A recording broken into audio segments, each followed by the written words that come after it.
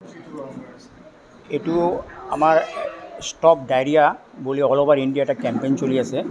আগতে এইটো প্ৰগ্ৰামটো আছিল IDSA বুলি ইণ্টেনচিফাইড ডায়েৰিয়া কণ্ট্ৰল ফৰ্টনাট। আগতে এই প্ৰগ্ৰামটো আছিল 2 সপ্তাহৰ।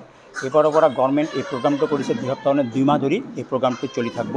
এইবাৰ এইটো কৈছে IDSA বুলি ষ্টপ ডায়েৰিয়া, আৰু এইবাৰৰ থিম হৈছে আপুনি দেখা পাইছে ডায়েৰিয়া কি ৰকম চাফাই আৰু ORS ৰাখে আপুনি ধ্যান। এই থিম লৈ এইবাৰৰ প্ৰগ্ৰামটো আৰম্ভ হৈছে আৰু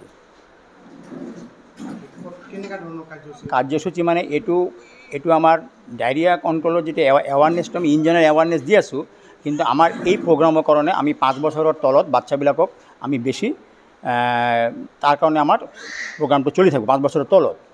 কাৰণ আমাৰ যিটো চাইল্ডহুড ডেথ আমাৰ ইয়াতে হয়, চাইল্ডহুড ডেথবিলাক আমাৰ তাতে মেইনলি আমাৰ বহুতকেইটা সৰু সুৰা কজ থাকলেও এটা হৈছে নিউমনিয়া, এটা হৈছে চাইল্ডহুড ডায়েৰিয়া।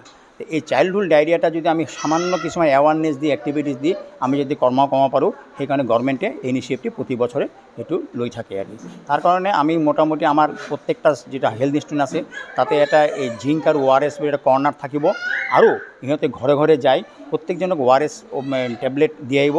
এই ORS 12টা দিব, আৰু য'ত ডায়েৰিয়া আছে তাতে জিংক টেবলেট দিব। সিহঁতে ইনষ্ট্ৰাকশ্যন দি আছে জিংক টেবলেট কেনেকৈ দিব লাগে, ড'জটো কেনেকৈ কিমান দিন খাব লাগে, ORSটো কেনেকৈ বনাব লাগে, হেণ্ড ৱাশ্ব কেনেকৈ বনাব লাগে, এইবিলাক ডেমনষ্ট্ৰেশ্যন তাক দিয়া হ'ব এতিয়া।